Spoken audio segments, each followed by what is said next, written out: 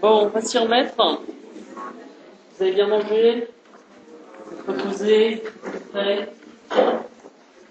Alors, en fait, pour cette deuxième partie, on va attaquer des choses, je dirais, plus techniques.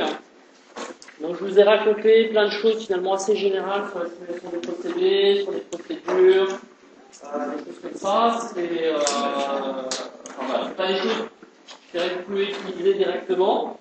C'est plutôt pour votre culture générale, essayez d'y repenser. Là maintenant, on va attaquer un peu plus en détail la partie outils, et en particulier la partie tableur, qui va être en gros la moitié de ce qu'on va faire. Et on va essayer de rentrer beaucoup plus en détail. Donc je vais vous présenter des exemples, on va les faire pas à pas, on va en discuter, je vous donnerai un petit peu les petites astuces au fur et à mesure qui peuvent vous être utiles pour faire vos propres simulations après. Donc voilà un petit peu ce qu'on va faire cet après-midi. Alors, d'abord les tableurs. Excel, je pense que vous l'avez déjà pas mal utilisé dans votre vie, ou d'autres. Hein. Alors, je vais parler beaucoup d'Excel, mais ça se transpose complètement à d'autres outils, en particulier des outils libres, type OpenOffice ou LibreOffice. Il n'y a pas d'exclusion, il n'y a pas d'action chez Microsoft. Et bon. Si on regarde un peu dans la littérature, qu'est-ce que les gens font avec des outils finalement relativement simples d'un point de vue numérique, comme les tableurs? Beaucoup de choses. Vous en avez des exemples là que j'ai tiré dans un article avec la référence juste après.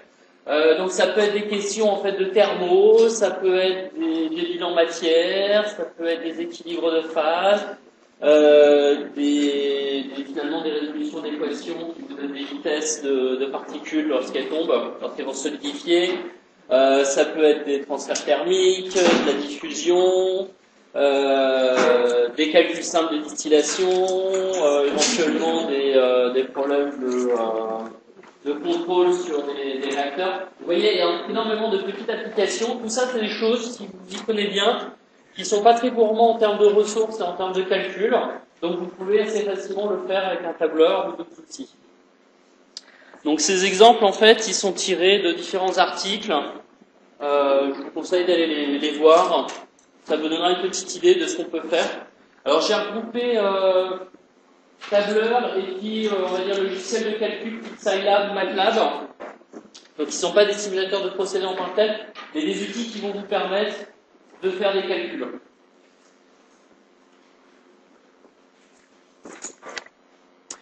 Donc je ne sais pas si vous avez déjà utilisé dans votre vie Scilab.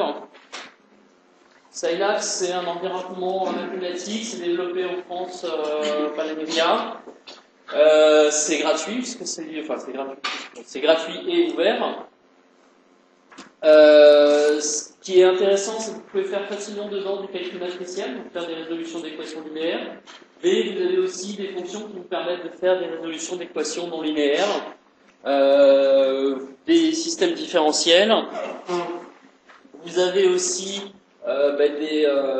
des possibilités en interne de faire des graphiques de façon très simple. Vous faites votre calcul, vous avez tout de suite votre graphe, vous n'êtes pas obligé d'exporter et réimporter dans un autre logiciel. Et puis surtout, très vite, vous pouvez faire la programmation. Et ça, vous aurez compris que même si on n'en fera pas cette année, la programmation, c'est ça qui va vous permettre d'aller un peu plus loin. Très vite, vous pouvez faire un peu de programmation et automatiser vos calculs. Dans les autres outils qui sont assez proches, vous avez MATLAB, vous avez probablement peut-être aussi utilisé ou au moins entendu le nom. Dans le principe, c'est exactement la même chose que Scilab, les deux se courent l'un derrière l'autre. Donc vous faites des calculs, vous avez des outils qui vous permettent après d'automatiser ces calculs numériques. Je vous encourage à aller voir les sites pour voir un petit peu les types d'applications et ce que les gens font avec. Et en particulier ceux qui sont ouverts, éventuellement les télécharger, les essayer. Et aussi relativement proche, mais un peu moins connu, par exemple, vous avez MATCAD, qui est à peu près dans la même mouvance. Alors, dans les tableurs, par contre, ce que vous pouvez peut-être un peu moins connaître, parce que dans un tableur, vous pouvez effectivement mettre des valeurs et faire des graphes, éventuellement faire un peu de calcul. En général, c'est comme ça qu'on commence avec les tableurs. Mais vous pouvez utiliser des variables. Donc vraiment donner en fait à une cellule un nom et réutiliser ce nom-là dans vos formules en fait. Ça vous allez voir que c'est finalement assez puissant, ça aide beaucoup. Vous pouvez faire des conditions. Et le résultat en fait d'une cellule, il va dépendre d'une condition. Ce ne sera pas toujours le même, il va dépendre, on va définir en fait ce que c'est que la condition. Et du coup, vous avez des sortes d'intersections dans votre calcul. Vous n'êtes pas toujours obligé de faire le calcul en fonction de vos conditions. Vous pouvez faire un calcul ou un autre. Vous avez des outils de calcul itératif. Alors, je ne sais pas si on aura le temps de le voir aujourd'hui, mais si on ne le voit pas aujourd'hui, on le verra la semaine prochaine. Mais vous pouvez faire du calcul itératif sous différentes formes. La forme la plus simple, c'est quand vous faites votre formule et que vous la déroulez, vous faites des copies-coller. Mais en fait, de façon beaucoup plus fin, vous pouvez prendre vos cellules et faire un calcul itératif. Ça, on verra ça avec les problèmes de recyclage.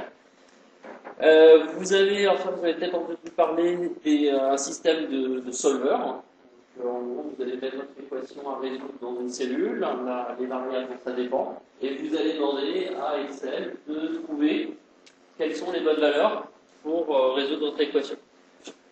Ça, en général, vous connaissez moins. Vous pouvez faire des calculs matriciels. Dans votre jeunesse, vous avez dû à un moment donné apprendre à inverser des matrices. Personnellement, c'est pas été un bon souvenir. Ça l'est un tout petit peu plus depuis que je sais que Excel peut le faire à ma place. Bon, c'est un peu, faut avoir des doigts un peu agiles, parce qu'il y a des combinaisons de touches, mais vous pouvez très bien définir une matrice à partir, par exemple, d'un système d'équations et inverser cette matrice pour trouver la solution. Donc ça, on peut faire aussi un petit exemple. Et puis, pour aller plus loin, vous pouvez aussi faire des macros et de la programmation. Sous Excel, ça s'appelle VBA, c'est Visual Basic Application. Donc, c'est basé sur un langage qui s'appelle le Visual Basic, mais avec énormément en fait, de raccourcis qui vous permettent directement d'aller chercher des informations dans Excel, de écrire dans Excel, d'utiliser le solver par exemple, et puis avec tous les avantages de la programmation, donc la possibilité de faire des conditions, des boucles, des calculs compliqués, avec quelque chose de lisible.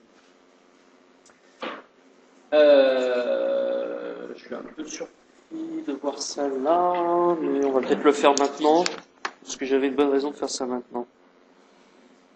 Ouais, le reste, on verra.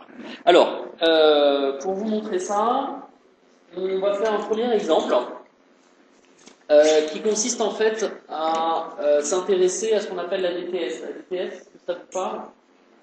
C'est la distribution des temps de séjour. En fait, quand vous imaginez que vous prenez un réacteur comme ça, vous injectez normalement vos produits, ils vont réagir, ils vont ressortir. Ce que vous avez besoin de savoir quand vous faites du calcul de réacteur en particulier, c'est finalement combien de temps vos espèces restent en moyenne dans ce réacteur.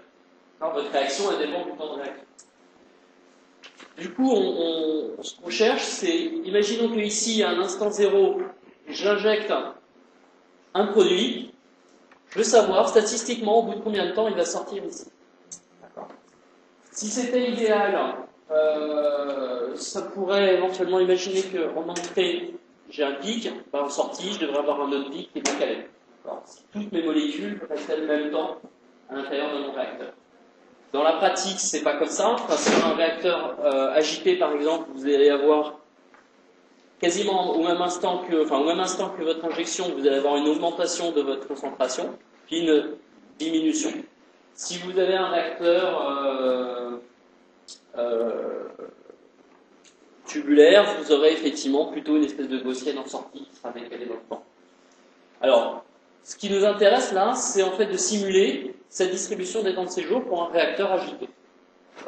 Donc, on va imaginer qu'on injecte une concentration Cin, qui va être une fonction du temps, et on va regarder la concentration en sortie en fonction du temps, dans les hypothèses d'un réacteur parfaitement agité.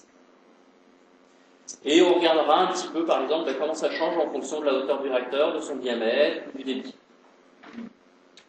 Alors, si vous faites le bilan matière là-dessus, je ne vais pas le détailler, mais vous voyez bien qu'ici, vous avez un flux d'espèces, d'accord ?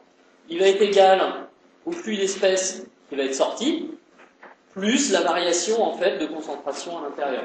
Si vous raisonnez en nombre de moles, vous avez un flux molaire en entrée, un flux molaire en sortie, et une variation du nombre de moles à l'intérieur de cet acteur-là. Une fois que vous divisez par le volume, vous aurez en fait votre concentration. Donc on obtient une relation qui est comme ça, où la concentration... Alors, vous avez vu le réacteur agité ou pas ce matin? Ouais. Donc, vous ne serez pas choqué si je vous dis que la concentration à la sortie de ce réacteur-là, c'est en fait la concentration à l'intérieur du réacteur, quel que soit l'endroit où je suis dans le réacteur. Ça, c'est l'hypothèse forte en fait de votre réacteur parfaitement agité. Ce qui sort de votre réacteur, c'est la même chose que ce qu'il y a à l'intérieur. Donc en fait, ma relation, ça va devenir une dérivée en fait de ma concentration, et ça va dépendre de mon débit, de ma concentration d'entrée en fonction du temps, de ma concentration à un instant T, et puis du volume. Alors comment est-ce qu'on va résoudre ça? On a besoin en fait de modifier un petit peu notre dérivée. Alors analytiquement, vous pouvez le résoudre ça. Il y a une solution analytique qui ne doit pas être trop compliquée. En tout cas pour un C inlet simple, ça doit pouvoir se calculer. Nous on va le faire numériquement, et donc numériquement, première chose qu'on va faire, c'est qu'on va essayer de faire une approximation sur cette dérivée. Alors comment est-ce qu'on pourrait transformer cette dérivée?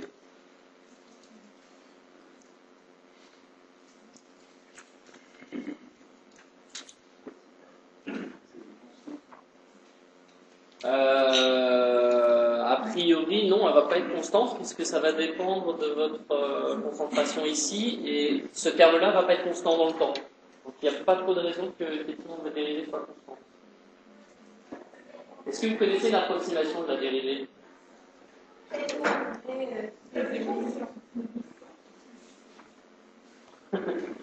Bonjour. Alors est-ce que vous connaissez? Est-ce que vous pouvez me donner une approximation pour cette dérivée?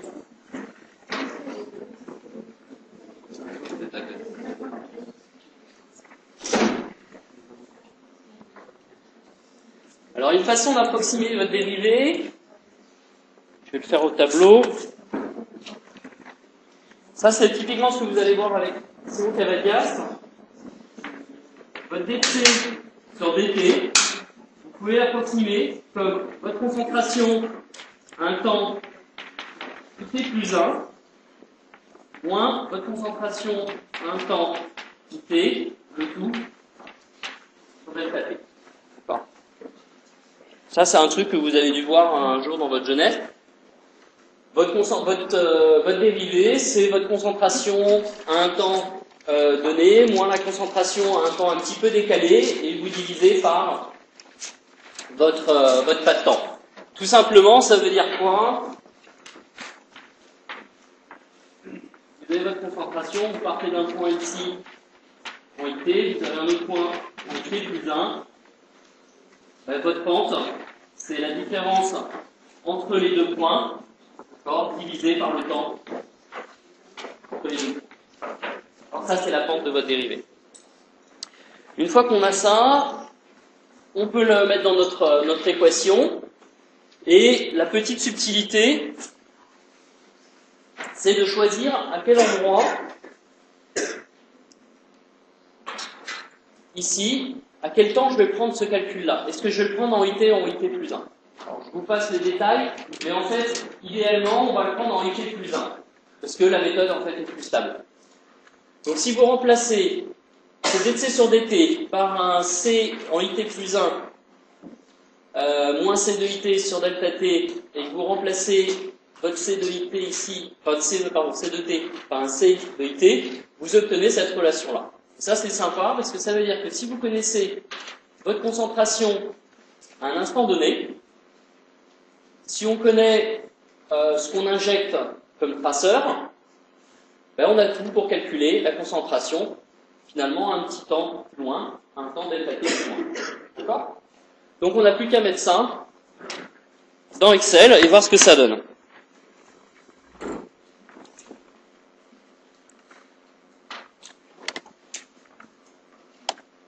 Sauf qu'il m'a pris... où est-ce qu'ils sont?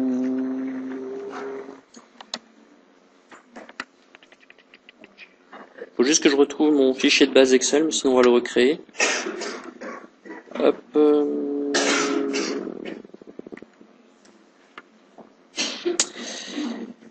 Formulate perdu. Bon, ben on va aller chercher.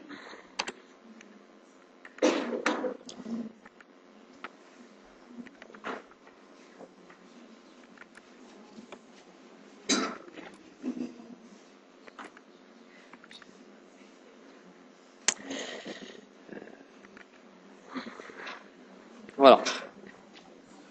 Alors, quelle est la première chose que vous feriez si vous deviez faire ce calcul-là?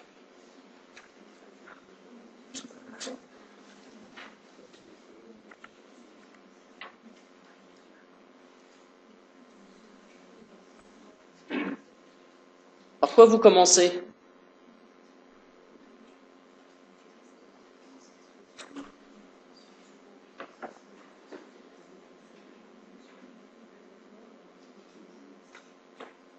Mais encore. Faire des colonnes avec chaque variable. Alors chaque variable, qu'est-ce que vous entendez par variable, du coup? La concentration, le temps et le volume. Alors le volume, il va être fixe en fait. On est dans un cas où il est fixe. Alors, je suis d'accord, vous allez avoir effectivement une variable temps, d'accord? Et vous allez avoir votre concentration. Cela dit, vous allez avoir besoin de deux choses avant, enfin quelque chose avant, c'est vos données. D'accord? Parce que vous allez voir que dans votre équation, en fait, dans l'équation qu'on va résoudre ici, on va pas se trimballer le volume, le débit, etc. à chaque fois. Donc ça, on va définir en fait des cellules dans lesquelles il y a les bonnes valeurs. Donc la première chose que je vais faire, c'est de calculer mon volume à partir donc de mon diamètre, à partir de ma hauteur. Donc mon diamètre c'est 0,2 et ma hauteur c'est 0,25. Alors là, il y a une chose qui est techniquement en fait ça n'a quasiment pas d'importance, mais dans la pratique c'est très très important, c'est mettez vos unités. Vous allez voir que la moitié de vos erreurs c'est des erreurs d'unités, donc prenez l'habitude de bien marquer vos unités. Donc ici à chaque fois, je suis en mètres. Mon volume maintenant, je peux le calculer. Alors, je ne sais pas si vous le connaissez, mais vous avez une fonction qui s'appelle pi, qui vous permet en fait d'avoir la valeur de pi de façon précise. Et puis on va aller chercher. Alors, je vais l'arrêter là, et je vais faire un petit détour. J'ai pas envie de me balader en fait avec des noms de cellules. Vous allez voir que c'est très vite compliqué. Donc en fait, je vais nommer mes cellules. Ça va être ma cellule dia. Donc ici, vous avez un G28. Vous voyez ici G18, pardon. En fait, ça c'est le nom de ma cellule. Je vais l'appeler dia, tout simplement.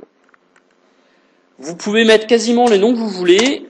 Le seul problème que vous allez avoir, c'est si vous avez des ambiguïtés par rapport à des cellules. C'est que les cellules, normalement, sont nommées, en fait, par une lettre pour la colonne et un numéro pour la ligne. Si vous mettez un nom sous cette forme-là, vous allez vous faire coincer.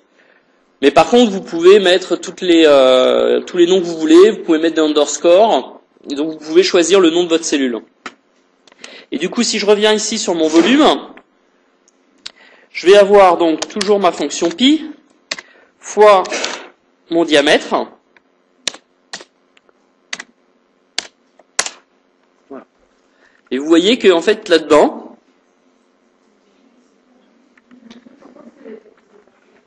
parce que j'ai encore pas eu le temps de le faire. Hop. Voilà. Donc quand vous avez votre formule, oui, oui, je vous en prie. S'il y a que ça pour votre bonheur. Si vous regardez en fait ici au niveau de la formule, vous avez en fait les variables que j'ai définies qui apparaissent en fait en couleur. Et du coup, vous avez une formule qui est lisible. Vous n'avez pas juste des numéros en fait de cellules où dans une semaine vous savez plus ce que c'est. Par contre, je sais pas si vous connaissez, alors ça je vais l'enregistrer. Je sais pas si vous connaissez dans les formules le système des dollars. Alors en fait, vous avez, si vous mettez $1 par exemple, si je fais, on va prendre celle-là, si je prends une cellule comme ça, G17, si je mets un $ devant le numéro de ligne, quand je vais coller, en fait, il va garder ce numéro de ligne fixe. Si je mets un $ devant le G, si je copie en fait cette cellule-là, il gardera la colonne fixe. Du coup, là, avec les $, il gardera la cellule fixe, mais quel que soit le copier-coller que je ferai, d'accord? Sinon, par défaut, quand vous faites un copier-coller d'une formule, il va en fait décaler en fait les références aux cellules. Lorsque vous utilisez des noms de variables dans Excel, vous avez exactement le même principe que lorsque vous fixez votre cellule avec des $. D'accord? Lorsque vous allez copier, vous copiez le nom de variable et donc vos cellules ne sont pas déplacées en fait. Alors, j'ai mon volume, il est en quelle unité? Il est en mètres cubes. On est d'accord. Il me manque mon débit. Et mon débit, il est en quelle unité là?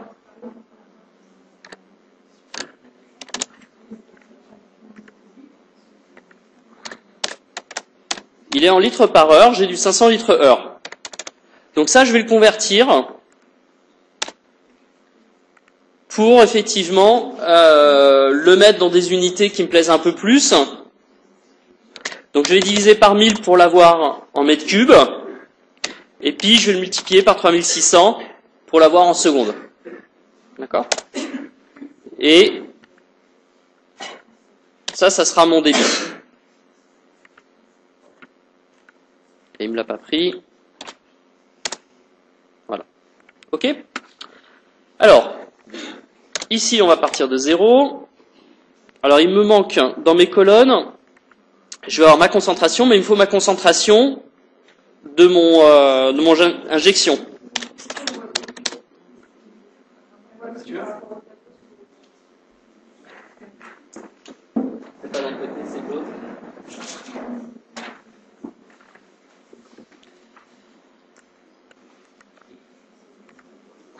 Voilà. Ça va comme ça? Alors, donc le temps, on va faire des pas de temps et on va aller jusqu'à à peu près 120 secondes. Si vous voulez faire plus après, s'il veut bien descendre. Ouais, ce sera 125. Au niveau de mon inlet, je vais commencer à 0 jusqu'à 10 secondes. Oui? J'ai fait trop vite.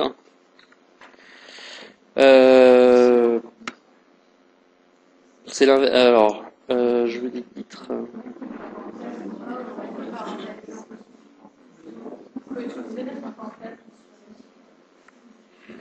Alors,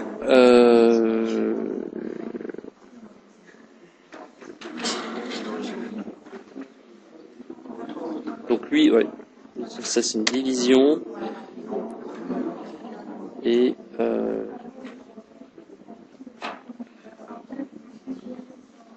ça vous va mieux comme ça?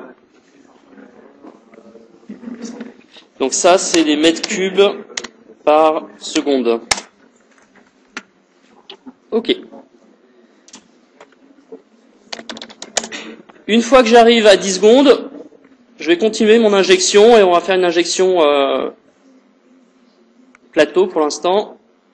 Voilà. Donc là j'ai mes données de base. Et maintenant je vais avoir mon calcul de concentration. Mon calcul de concentration, j'ai qu'à recopier ma formule qui est au-dessus. Donc j'ai besoin d'une condition initiale parce que vous voyez que ici je vais calculer mon pas de temps IT plus 1 en fonction du pas précédent. Donc à un moment donné, il faut que je dise ce que j'ai dans mon réacteur. Donc celui-là, on va le fixer à 0. Une bonne pratique, c'est de temps en temps aussi, éventuellement, de bien marquer, par exemple, avec une couleur, qu'est-ce que vous avez fixé comme donnée. Pour faire la différence entre ce qui est calculé et ce qui est donné. Donc maintenant, je vais prendre ma formule. Donc c'est mon débit. Donc vous voyez que là, dès que je mets la première lettre, il me propose la valeur. J'ai oublié le dt, donc je vais le forcer. Je vais l'appeler comme ça et puis je le définirai après. Fois ma concentration dans mon inlet, plus ma concentration au pas précédent fois le volume. Pourquoi j'ai pas mon volume?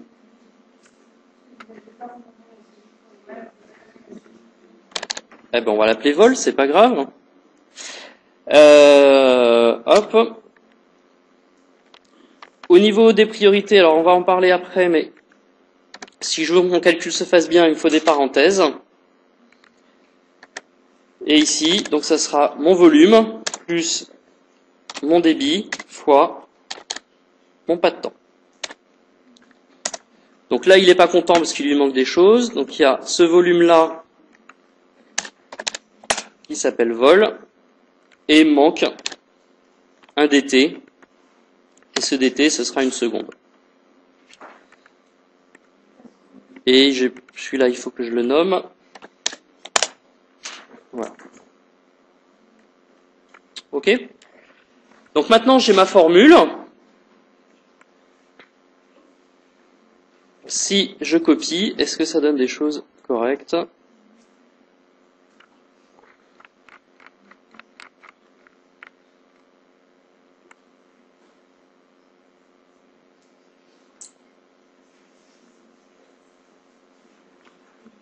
Hop.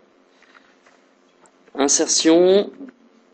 Alors, quand vous insérez des graphes dans Excel, pour ceux qui n'ont pas trop l'habitude, faites bien attention. Si vous avez des courbes x, y, c'est des nuages de points que vous devez utiliser. D'accord? Pour bien prendre la valeur x et y. La valeur courbe, en fait, suppose que vous avez des intervalles réguliers entre vos données. Et l'autre chose que je vous conseille, c'est d'utiliser des segments de droite entre vos points et de ne pas faire confiance aux interpolations de Excel. Voilà. Donc là, on a une évolution sur 120 secondes de la concentration dans le réacteur pour lequel vous avez une injection en fait d'un produit en entrée sous la forme en fait d'un échelon. D'accord? Donc là, vous avez vraiment les choses les plus simples. Je vais le sauver celui-là. Donc comment nommer des cellules, le fait de rentrer des formules, mais ça je pense qu'en général vous le savez. Vous avez la fonction pi. Pensez à mettre vos unités. Et voilà là, en gros les choses par rapport à cet exemple-là. D'accord? Je pense que jusque-là, vous n'avez pas appris grand-chose à part peut-être le fait de nommer les cellules. Alors on va s'amuser à aller faire des choses un peu plus sympas. Est-ce qu'il y a des questions? Alors, on va passer à ce nouvel exemple. Ce nouvel exemple, c'est aussi un réacteur ajouté, mais là c'est du calcul de réacteur. Ce qu'on voudrait, c'est regarder qu'est-ce qui se passe lorsqu'on a un système avec 3 réactions concurrentes. Donc vous avez un produit A qui rentre dans votre réacteur, il va réagir avec 3 réactions qui se passent en parallèle. Il y en a une qui va vous donner un produit R, donc qui est d'ordre 0. Vous avez après un produit S et un produit T, donc avec un ordre 1, un ordre 2. Et on va chercher à calculer en fonction du temps de séjour. Donc le temps en fait, dans le temps lequel vos espèces restent dans le réacteur. Donc ça va être votre débit, donc votre volume divisé par votre débit. Et on va chercher à tracer CA, CR, CS et CT. D'accord? Alors la première chose que je vais vous demander, c'est de poser les équations. D'accord? Est-ce que vous pouvez m'écrire le bilan sur A? Alors le plus simple, c'est de commencer par R, S, T et A. Donc, prenez votre petit crayon et essayez d'écrire le bilan sur ces 3 espèces-là. Bon, visiblement, vous n'êtes pas plus chaud que moi sur les, sur les équations de second degré. Ça ne me rassure pas. Ça ne me rassure pas pour moi, mais ça ne me rassure pas pour vous. Je leur prendrai la tête reposée, parce que je suis sûr que vous êtes complètement trivial. Au moment où il faut laisser passer un petit peu et revenir dessus. On va passer à la suite, parce que du coup, j'ai perdu vachement de temps là-dessus. Alors, un autre exemple que je voulais vous faire, c'est un problème de toujours de calcul de réacteur, mais de calcul de constante d'équilibre.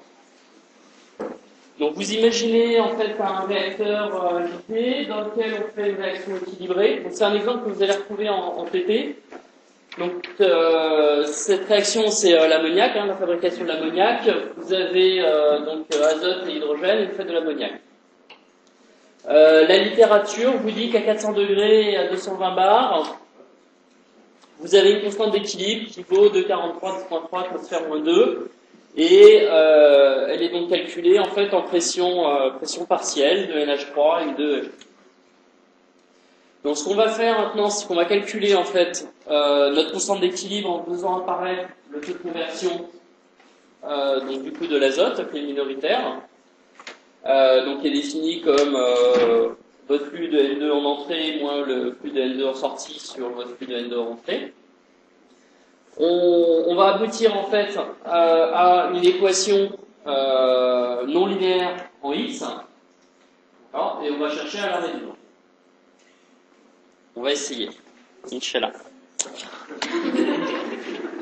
Ça c'est des choses, je pense que vous verrez ou que vous avez peut-être déjà vu, c'est la méthode de calcul en fait pour calculer ce genre de choses. En fait, vous créez un tableau. Et vous faites une première colonne avec ce qui rentre dans votre réacteur.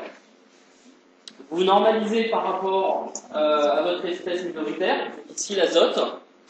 Donc on va avoir, entre guillemets, 1 mol d'azote qui va rentrer, 4 mol de H2, 0 de NH3. Le total vaut 5. L'exemple, je l'ai fait exprès, je dirais, de mettre un flux d'hydrogène en excès. Parce que parfois, quand vous faites ces tableaux-là, vous raisonnez en fait avec la stoichiométrie de la réaction. Méfiez-vous, c'est bien ce qui rentre, c'est les flux que vous faites rentrer dans votre réacteur qui comptent, pas la stoichiométrie de votre réaction. Ce qui va sortir du coup par définition, c'est le 1-X pour le N2. Et puis si vous regardez le nombre de moles qui a réagi, vous aurez 4-3X pour H2. À chaque fois que vous faites entre guillemets X mol, vous consommez X mol de N2, vous allez produire 2 mols de NH3. Ça veut dire qu'à la fin, votre nombre de moles a varié. Donc ça sera du 5-2X. À partir de ça, vous pouvez facilement calculer en fait vos fractions molaires. Et puis vos fractions molaires, vous les multipliez par votre pression totale et vous avez vos pressions partielles. Donc vous avez ici la pression partielle de N2, H2, NH3. Et si vous faites la somme, normalement, vous retrouvez votre pression totale. Si je reprends mon équation d'équilibre ici, donc j'avais mon PNH3 carré sur mon PM2 et PH2 au cube, je remplace les pressions partielles que j'ai calculées et j'obtiens ce truc-là à résoudre. Ok. Comment est-ce qu'on va résoudre ça? D'abord, on va simplifier un tout petit peu l'équation, on va réécrire l'équation pour avoir quelque chose de la forme F de x égale 0. Ça ne va pas changer votre solution, ça va juste changer en fait les méthodes numériques qu'on va utiliser, parce que en fait c'est beaucoup plus facile de résoudre l'équation de type F de x égale 0 que quelque chose de type F de x égale K équilibre. On va regarder donc en fait 4 méthodes. D'abord en fait on va faire juste une résolution graphique. Donc ça l'idée c'est juste de tracer le graphique pour voir où est la solution. Ensuite, je ne sais pas si vous connaissez déjà la méthode de la dissectrice, qu'on appelle aussi la dichotomie. C'est une des méthodes pour résoudre l'équation comme ça. C'est une méthode itérative. On a une autre Un autre type de calcul, c'est Newton. Et puis, il y a le solver Excel qu'on peut utiliser aussi. Alors, je vais chercher mon fichier modèle.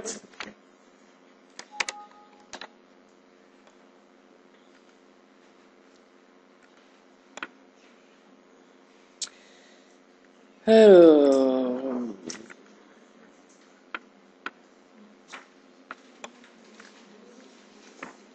Donc, j'ai mon équation là à résoudre. Donc, première chose, c'est que je vais remettre mes valeurs, mes données.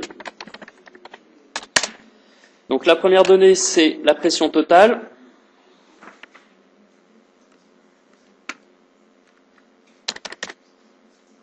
Donc, c'était 222 bars.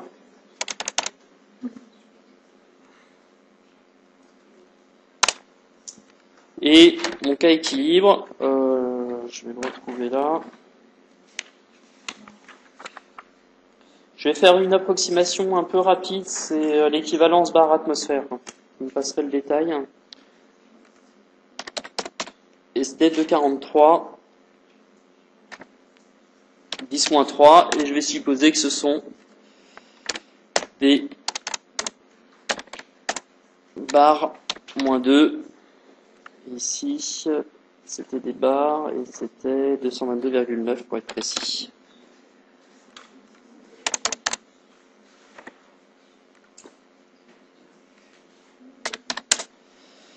Hop. Ici, je nomme ma cellule pression totale et ici, mon cas équilibre.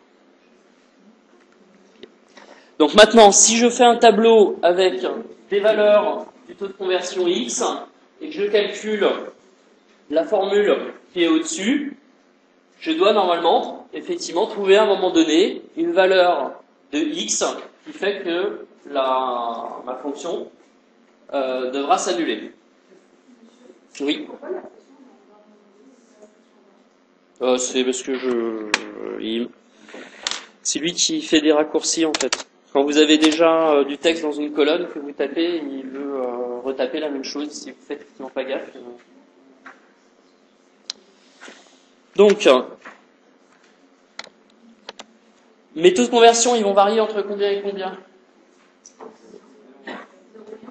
Ouais. Alors le 1 en fait est exclu si vous regardez en particulier la formule au-dessus. Ça va faire un truc bizarre. Donc je vais faire des pattes 0,1 pour l'instant. Hop. Oui. Voilà. Ici, on va l'appeler F.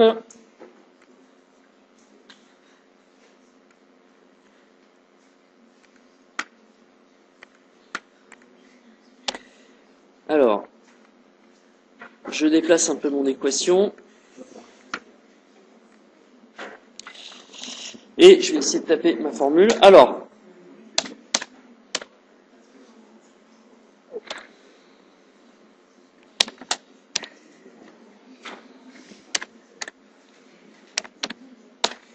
est-ce que vous connaissez les priorités ou pas de calcul?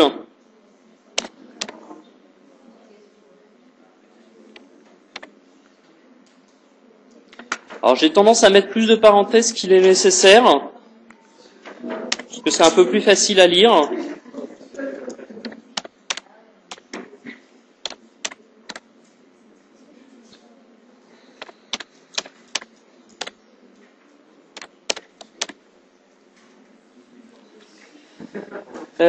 Qu'est-ce qui me manque?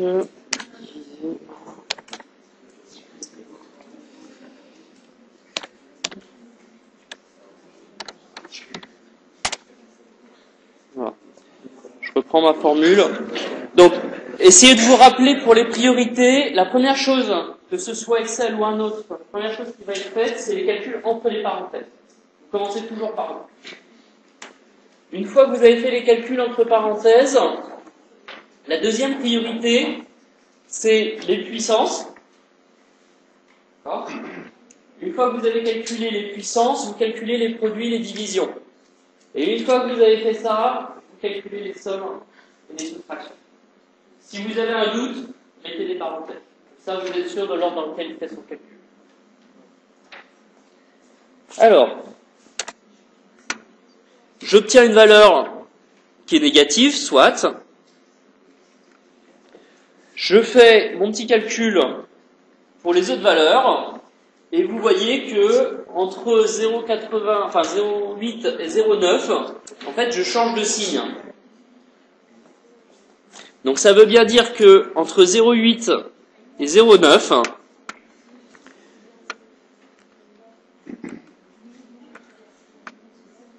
donc par ici, j'ai en fait une valeur de x qui fait que quand je fais tout mon calcul, je retombe bien en fait sur quel équilibre. En fait, dans mon cas, en fait, j'arrive à 0 puisque j'ai soustrait en fait quel équilibre. Donc j'ai bien une solution à mon problème. Ça vaut souvent le coup de faire ce travail-là parce que, un, c'est extrêmement rapide. Deuxièmement, ça peut vous permettre d'éviter des problèmes quand vous avez éventuellement plusieurs maximums, etc. Ça vous permet vraiment de voir combien de solutions vous avez et d'être sûr que les solutions que vous allez trouver sont dans le bon domaine. Alors, ça c'est la méthode graphique. Maintenant, je voudrais le faire avec la méthode de dichotomie. Alors, est-ce que vous connaissez la méthode ou pas de dichotomie ?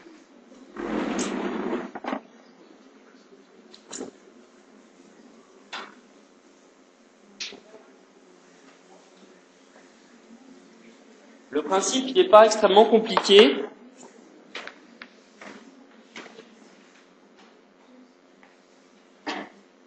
Imaginez que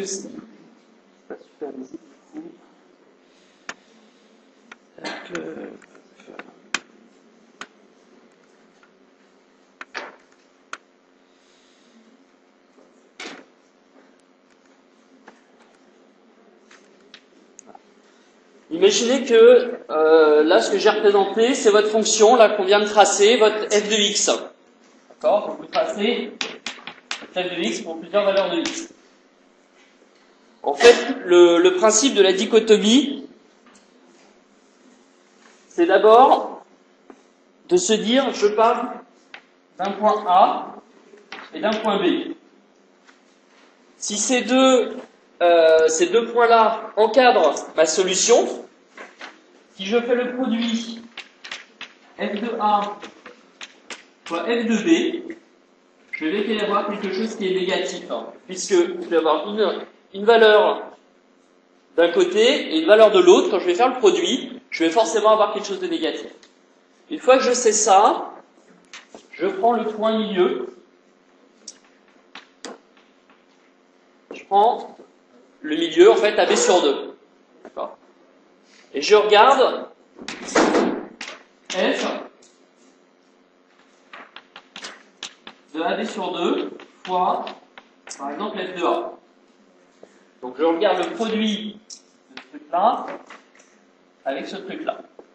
Et en fait, si jamais ma solution, elle est comprise entre A et le nouveau point que je viens de calculer, ben de nouveau, je vais avoir un produit qui sera négatif. Au contraire, si mon produit est positif, ça veut dire que ma courbe, en fait, elle était comme ça. Et en fait, du coup, ça veut dire que le point A et le point AB sur 2 sont du même côté de la solution. Donc, en fait, je peux recommencer, en fait, mon travail. Donc, si je prends le premier cas que j'avais fait, je vais garder mon point A. Par contre, le point B, je vais venir le mettre ici, et puis je vais de nouveau prendre la moitié de mon segment, et regarder est-ce qu'il est, de quel côté il est, en fait, de ma solution. Et ainsi de suite. Donc ça, c'est la méthode de dichotomie. Donc, vous partez, en fait, d'un segment, vous prenez le point milieu, vous regardez, vous faites le produit f de A, f de ce point milieu. S'il est négatif, vous refaites un calcul en partant de A et de AB sur 2, de votre point milieu, et vous recommencez. Si jamais il est positif, ça veut dire que votre solution est de l'autre côté, donc vous gardez votre point B, et du coup, votre A devient le A plus B sur 2. Donc on va essayer de programmer ça dans Excel.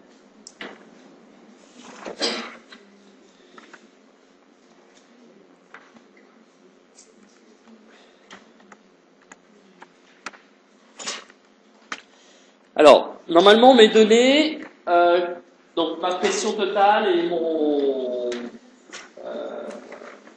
ma constante d'équilibre sont encore en mémoire puisque je suis dans la même feuille Excel. D'accord? Donc, je vais définir une valeur A, une valeur B,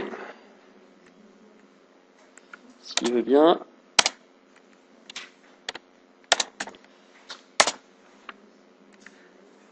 Un point milieu. D'accord.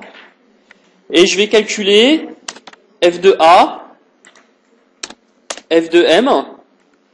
Je vais faire le produit f de A fois f de M. Comme tout à l'heure, je vais nommer mes colonnes pour que ce soit plus facile.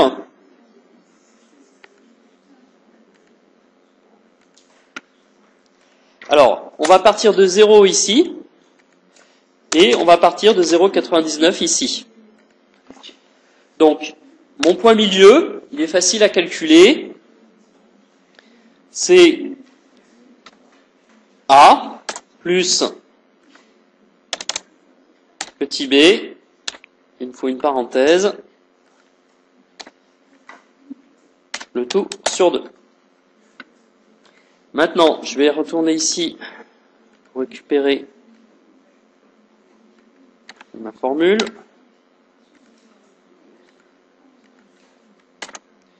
Donc ici, je vais calculer f de A, donc le x ici c'est mon petit a.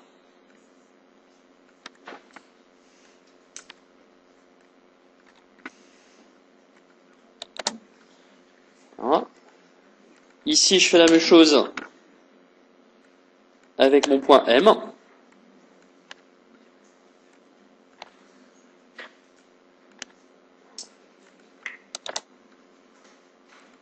Et vous voyez que les deux déjà ils ont le même signe. Donc quand je vais faire FA fois, alors le FM, si il existe, je suis positif. Donc je suis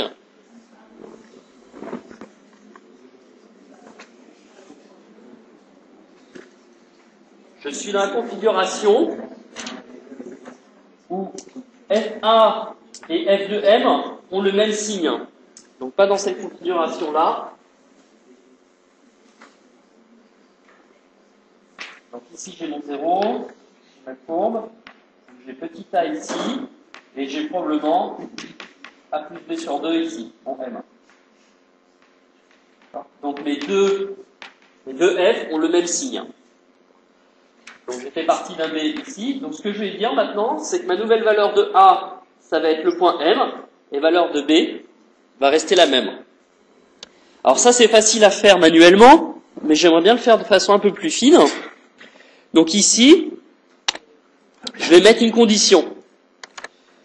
Donc si le produit là, il est supérieur à 0, qu'est-ce que je vais faire? Donc je vais dire que ma nouvelle valeur de A, en fait, c'est la valeur de M précédente. Si par contre c'était négatif, j'aurais voulu garder la valeur de A, donc j'aurais gardé la valeur de A de la ligne précédente. Et vous voyez que là, il m'a bien pris mon petit M. Ici, on va faire la même chose. Donc si mon produit est positif, alors je garde ma valeur de B. Et par contre, si jamais elle est négative, c'est-à-dire si je suis en dehors de mon intervalle, je vais prendre la valeur de M. Ici, on refait la même chose. Et maintenant, j'ai plus qu'à copier ça et à croiser les doigts, surtout à croiser les doigts. Et vous voyez que les valeurs de A et B sont en train de converger vers une solution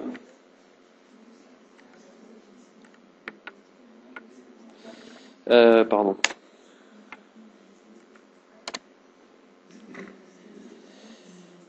Hop, du coup, là on va le faire en ligne.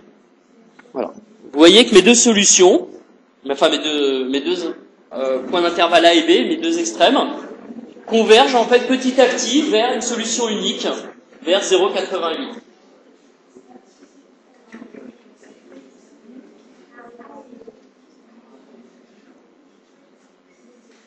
C'est bon? Donc ça, c'est une des choses qui est intéressante dans Excel, c'est la possibilité d'utiliser des conditions. Vous faites si, vous donnez la cellule ou la condition qui doit être remplie, et ensuite, la valeur, la formule, si jamais votre condition est vérifiée, et la formule si jamais elle n'est pas vérifiée. C'est bon ça? Ouais? Alors, on sauve et on va regarder la méthode de Newton. Alors Newton, il a fait beaucoup de choses, mais il a fait aussi du numérique. Il a proposé en fait une méthode en fait pour résoudre des équations qui est la suivante. Vous partez toujours de la même fonction, d'accord? Vous avez une fonction ici qui à un moment donné passe par 0. Vous partez d'un point, je vais le prendre ici. Une fois que vous êtes parti de ce point-là, vous calculez la valeur de votre fonction et vous calculez en fait la pente. En fait, on va chercher un nouveau point et ce point-là, tout simplement, on va aller le chercher sur la pente de votre courbe à l'intersection ici avec l'axe des abscisses. Une fois que vous avez ce point-là, vous calculez de nouveau votre pente et petit à petit vous allez vous rapprocher de votre point. Et en fait ça marche très bien. Si jamais par exemple vous partez ici, votre pente elle est inversée et vous allez revenir dans l'autre sens, donc vous allez converger effectivement vers votre solution. Alors ça veut dire que vous allez créer en fait une suite de points. Donc l'OXP, ça va être le point précédent, d'accord, votre hypothèse précédente, moins f de xp moins 1 sur f' de xp moins 1. Donc vous prenez en fait, ça vous pouvez le retrouver facilement, c'est de la géométrie, la méthode de Newton. Vous partez d'un point xp moins 1, vous calculez la valeur de sa fonction, la valeur de sa dérivée, et vous allez pouvoir trouver le point suivant. Et petit à petit, vous allez converger vers la solution normalement de votre équation.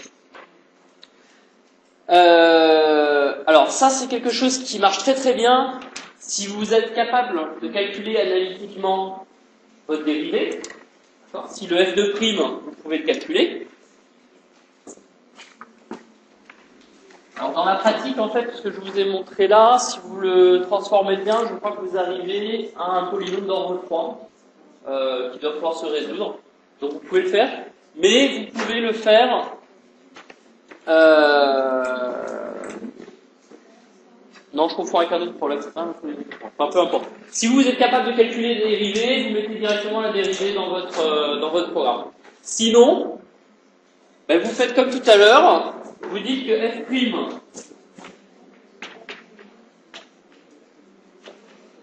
de x plus 1, c'est à peu près égal à f de xp moins 1 plus un petit h moins f de xp moins 1 moins un petit h sur 2h. Donc vous faites une approximation de votre dérivée. Donc c'est ça qu'on va faire.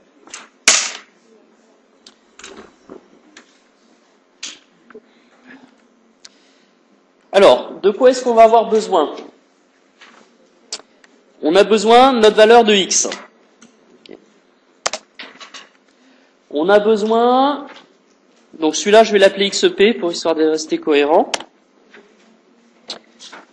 On va avoir besoin de f de xp, d'accord.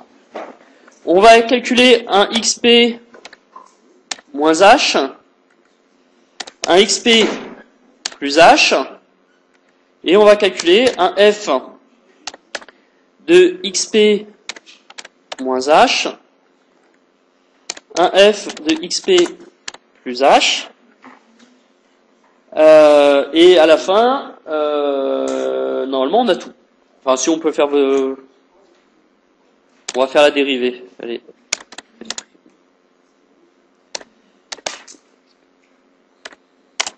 Ok. Je prends un peu de place.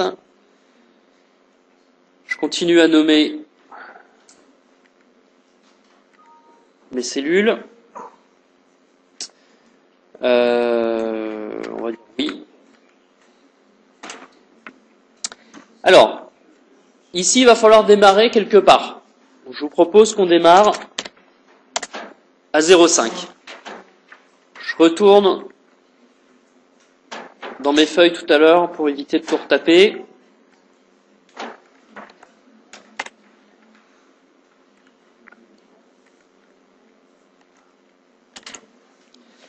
Et donc ici, en fait, c'est un XP. Hein.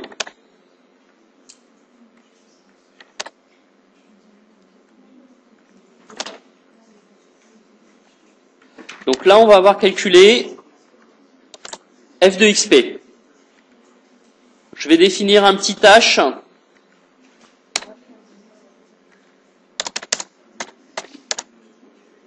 de façon arbitraire, hein, et donc ça sera petit h. Donc ici, je vais avoir mon XP plus petit h.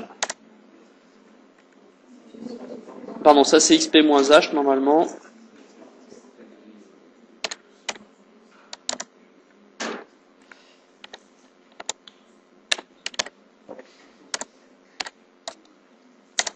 Voilà. Je vais regarder dans le gestionnaire de noms pour savoir comment il me les a appelés exactement.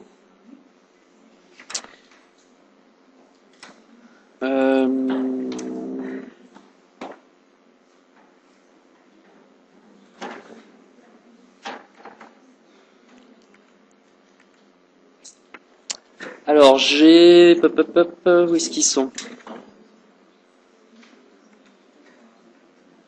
Je vois pas mes XP moins H, XP, ça m'embête un petit peu. Si, j'ai un XP ici. Ça c'est ma colonne D, donc c'est le XP plus H. Je vais le renommer comme ça.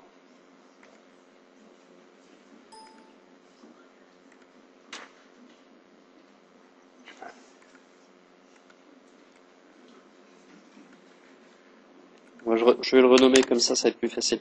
XP plus H. XP moins H.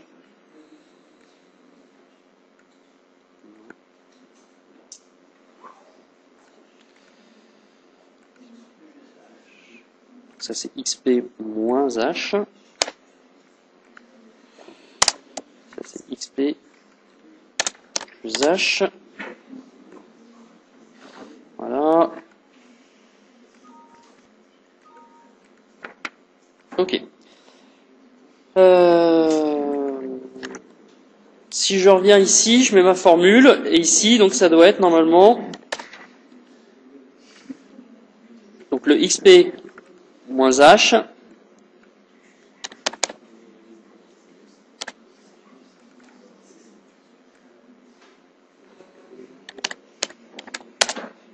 j'en ai oublié.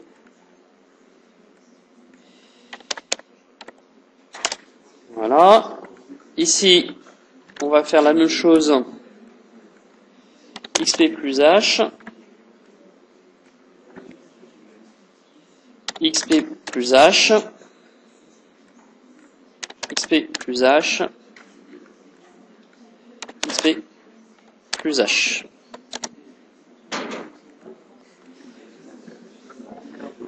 Ma dérivée, elle est égale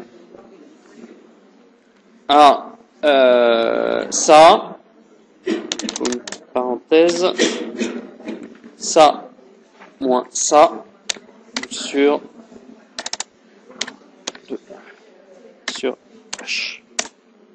Ok. Donc là, j'ai ma dérivée. Donc maintenant, je peux utiliser la formule de Newton pour calculer le nouveau point.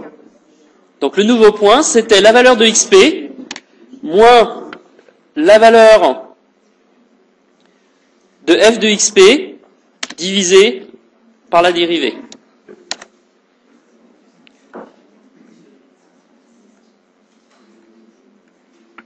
Alors, si vous voyez la valeur qu'il a obtenue, en fait, on a un truc qui est embêtant, parce que je suis parti d'une valeur de 0,5 dans mon intervalle, mais je dois avoir une courbe, en fait, qui est très plate. Et du coup,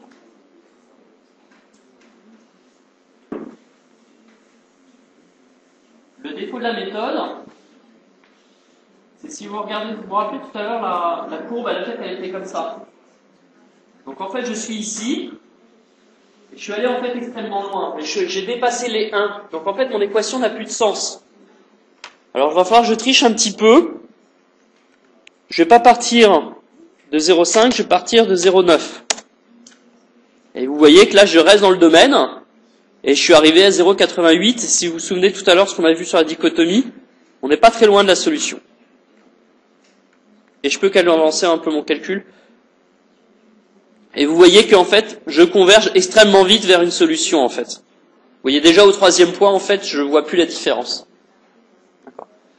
Donc ça, c'est une autre méthode, c'est la méthode de Newton pour calculer, en fait, la solution d'une équation.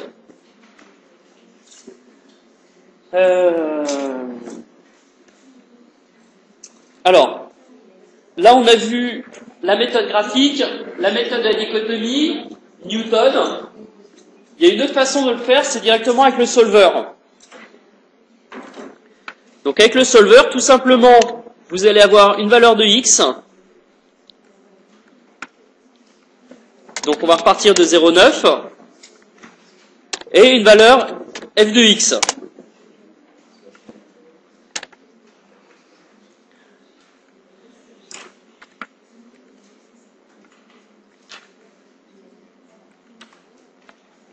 Donc je remplace ici mes valeurs. Alors je pourrais les renommer, hein, je gagne du temps, mais parce que je commence à avoir beaucoup de cellules qui ont les mêmes noms. Donc si je me mets à 0,9,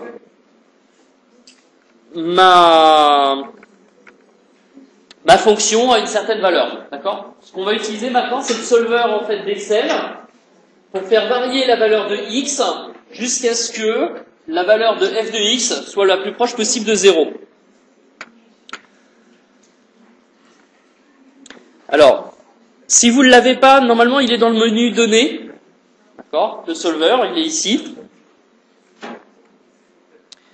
Si vous ne l'avez pas, il faut aller en fait dans les options d'Excel, fichier, options, compléments. Et là, dans les compléments, vous pouvez le retrouver. Faites atteindre, vous avez ici le complément solver.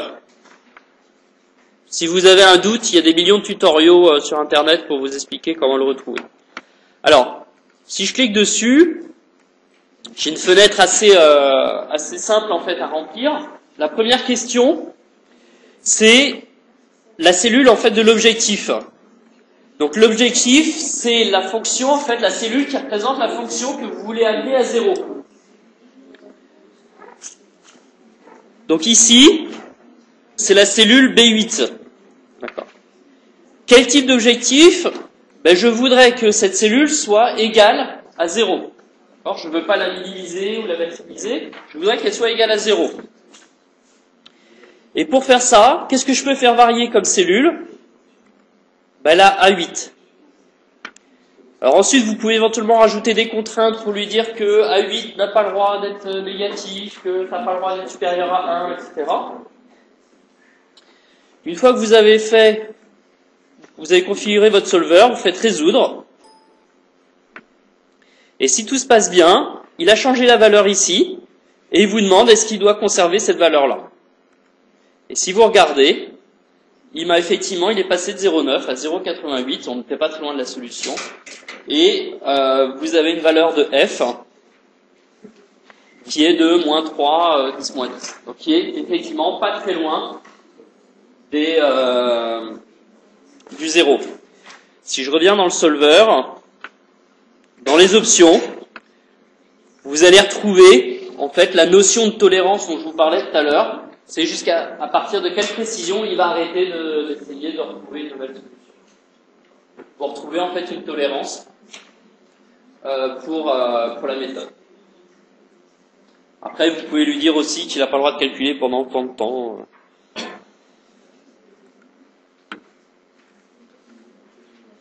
Okay. Donc ça, c'est un outil qui est très pratique, le solver.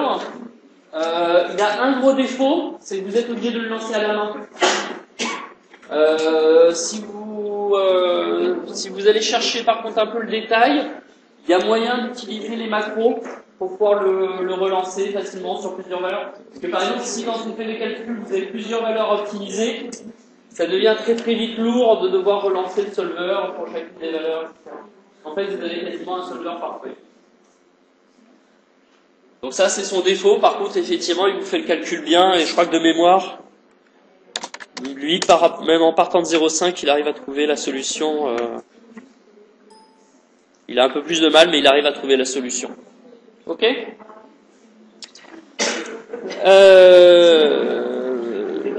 Alors, qu'est-ce que j'ai à vous montrer encore ?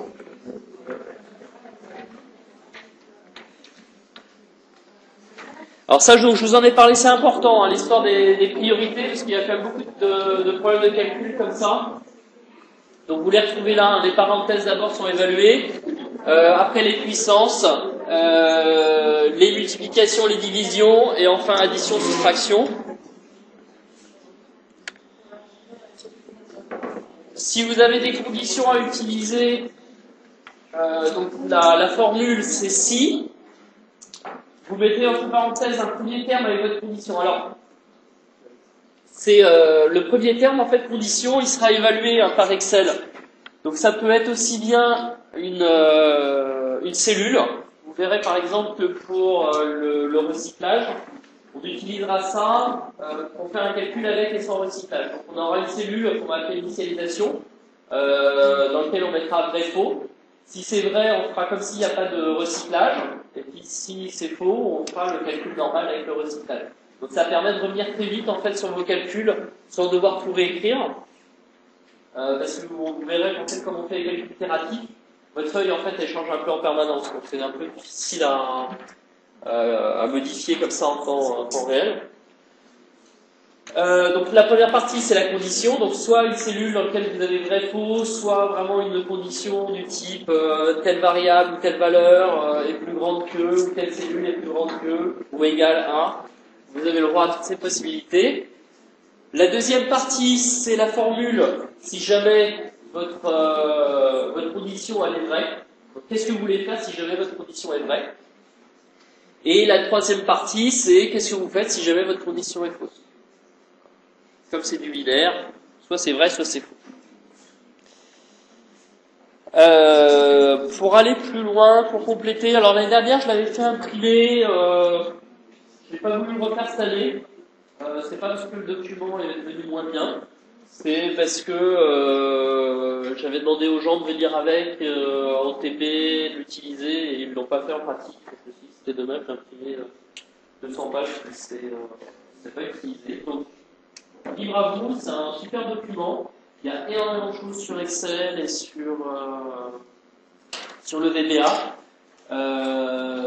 C'est mis gratuitement en ligne, en fait, c'est Université, je ne sais plus où elle est celle-là. Vous regarderez. Hein, donc c'est quelqu'un qui fait un cours un petit peu similaire à ce que je fais et qui a mis un document très détaillé sur ce qu'on peut faire en Excel et en VBA. Il y en a un aussi en Isis, je vous en reparlerai. Si vous êtes allergique aux produits Microsoft, ou vous bossez sur Mac, vous avez la suite LibreOffice qui vous fait à peu près la même chose qu'Excel.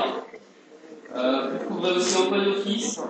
Après, entre les deux, il y a relativement peu de différence, mais c'est plus une question de philosophie. Et Et je pense que je vais m'arrêter là parce que ça sert à rien de repartir là. Bon, et je vous fais une correction pour le truc que j'ai complètement...